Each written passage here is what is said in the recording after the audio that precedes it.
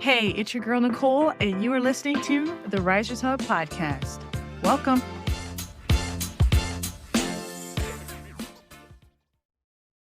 Welcome to the Risers Hub podcast season 2.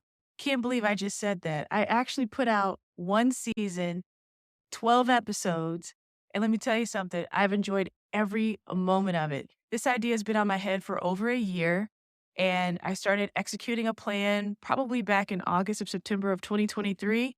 And I launched my first podcast on my birthday, and it sounds like I was in my bedroom talking to my phone and putting it out there. That's exactly what happened. But from there, I've got some great followers, I've got some great feedback, and I'm ready for season 2. So with this season, there's going to be a lot of experimentation, hence the video that you're looking at right now. But I have some great guests to line up. I'm so excited to talk about wellness, being your best self, setting goals, and moving forward. Remember, the purpose of the Risers Hub podcast is to build a vibrant community of people who can be their most authentic self and rise together in wellness, in lifestyle, and just life itself. So buckle up and let's head into season 2. Today, we're going to be talking about the freedom of being authentic and speaking your truth. These are two things that are really hard for a lot of people because we just want to fit in. We just want to be what they call normal. But last week, instead of posting about running or podcasting, I posted about being frustrated and angry with life. And it felt good. I don't know why I had to put it on Instagram, but I think I was tired of people texting me, "How you doing? What's going on?" Asking me 50 questions. So I just decided to put it out there. I wasn't doing well. I am dealing with some serious family stuff, and I was pretty angry, disappointed, and frustrated. So it's okay. It's part of the process of change. It's part of the process of finding out what you can tolerate. And I thank God that I'm able to see that it's part of the process and that I'm able to understand that it's only temporary. And I'm grateful that I can actually smile right now and share it with you because I want you to understand that you're not in it alone. And if you think you are in it alone, you need to find those people who will be there for you and not just ask you how you're doing, but truly listen to you and understand where you're coming from and empathize with your situation. Now, let's fast forward to me being on the East Coast. I do not regret anything that I've done, but I want to share a quick uh, snapshot of my life in a matter of 8 months, okay, and how I got here. So within these 8 months, I toured the country, different cities, getting an idea of what's out there. I got a new job, an exciting job, worked with some amazing people. I got knocked off my feet and on my back for 2 or 3 weeks. And while I was flat on my back, I got laid off on a Zoom call. I quickly decided that I was over California and it was time for a change. My brother actually encouraged me to make this change. And so I sold everything and decided to move to Virginia. Why Virginia? I have family here, and it was an easier move than just moving to some random East Coast city knowing no one. And that part I don't regret, not even a little bit. Now, what's interesting about that is people like, "Oh, you're so brave," and "Oh, that's so this," and "Oh, that's so that." Well, let me tell you something. Fast forward now that I'm actually here and I have been here for about a year, I not only got something completely different, but I'm learning a lot about myself, my family roots, who I am, who I want to be. And let's fast forward again to this past month. Ooh, it's been challenging. And in 1 month, whatever came over me, I lost it. Whoever crossed my path, they felt the wrath. And let me tell you something. I want to say that I'm sorry, but I was speaking my truth. And I've been speaking up for myself and setting these real boundaries, and I'm dealing with the consequences. And let me tell you something. I haven't felt freer in my life. Anger and disappointment played a huge role in all of this.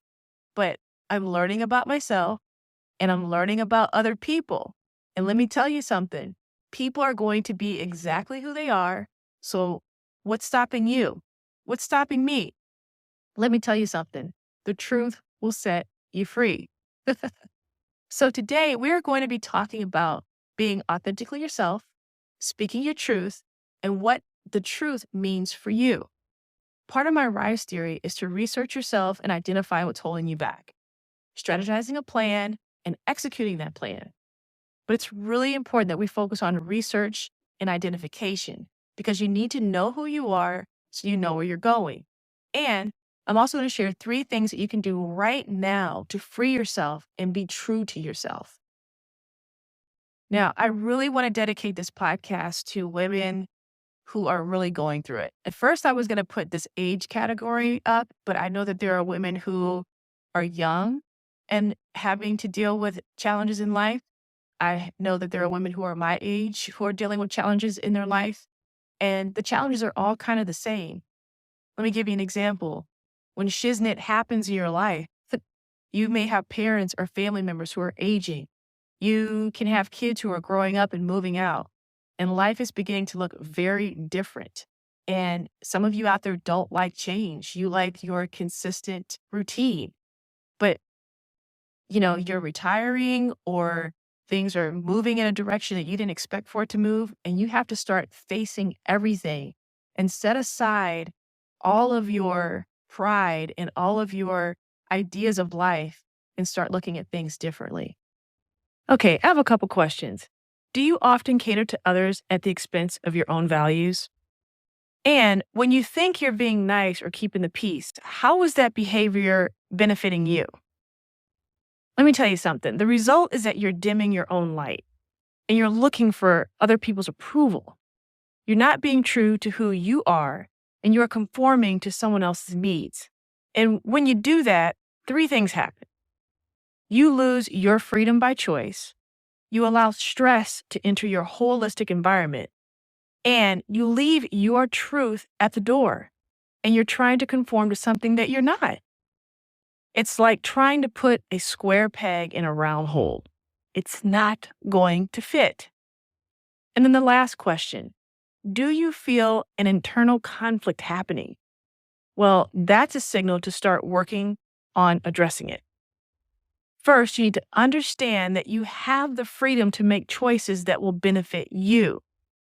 You can kind of say no when you need to say no, and yes when you need to say yes. Create boundaries, set personal goals, be exactly who you want to be. And let me tell you something, working on your yeses and nos, that's a skill that you need to pick up quickly. Right now, I'm working on creating realistic goals by focusing on things I love doing. And I'm figuring out how to incorporate all of that into my life. I know I want to be a kind person, a happy person, a giving person. I want to be aware of everything around me and I want to walk in peace. How do I do that in a world that sometimes is not welcoming to pure, unadulterated happiness? I don't know. But what I do know is every single day I have another opportunity to be those things that I want to be. I want to live in the moment. I want to be mindful. I want to be the example. I want to be the vibe. I want to walk in my truth. Speaking truth and being authentically yourself, it is definitely hard. People might not like your new you, and that's okay.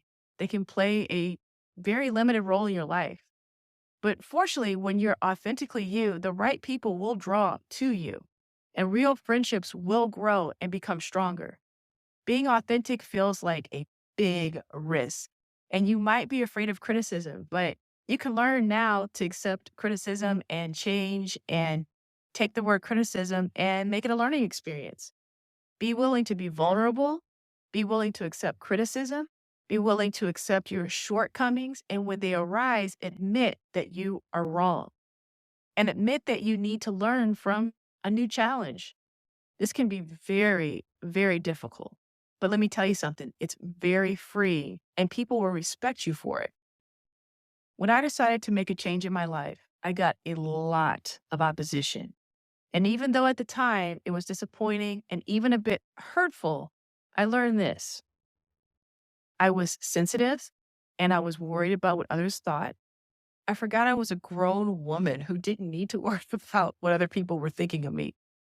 Some of it was just other people's fear being put on me. I will not own other people's fear, and you don't have to own other people's fear as well. I also learned it's not something people normally do at my age or gender or whatever. Again, I don't own other people's fears. At the end of the day, people enjoyed my company and presence and didn't want to lose a friend. Side note, you don't lose a friend when they decide to change their address. For the first time in my life, I followed through on a big change in my life, a big goal.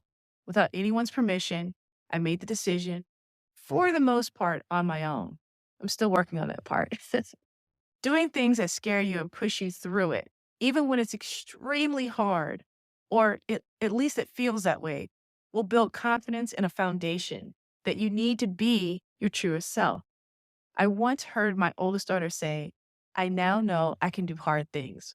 Once she pushed through some very hard challenges in her life, she said it with such confidence and ownership.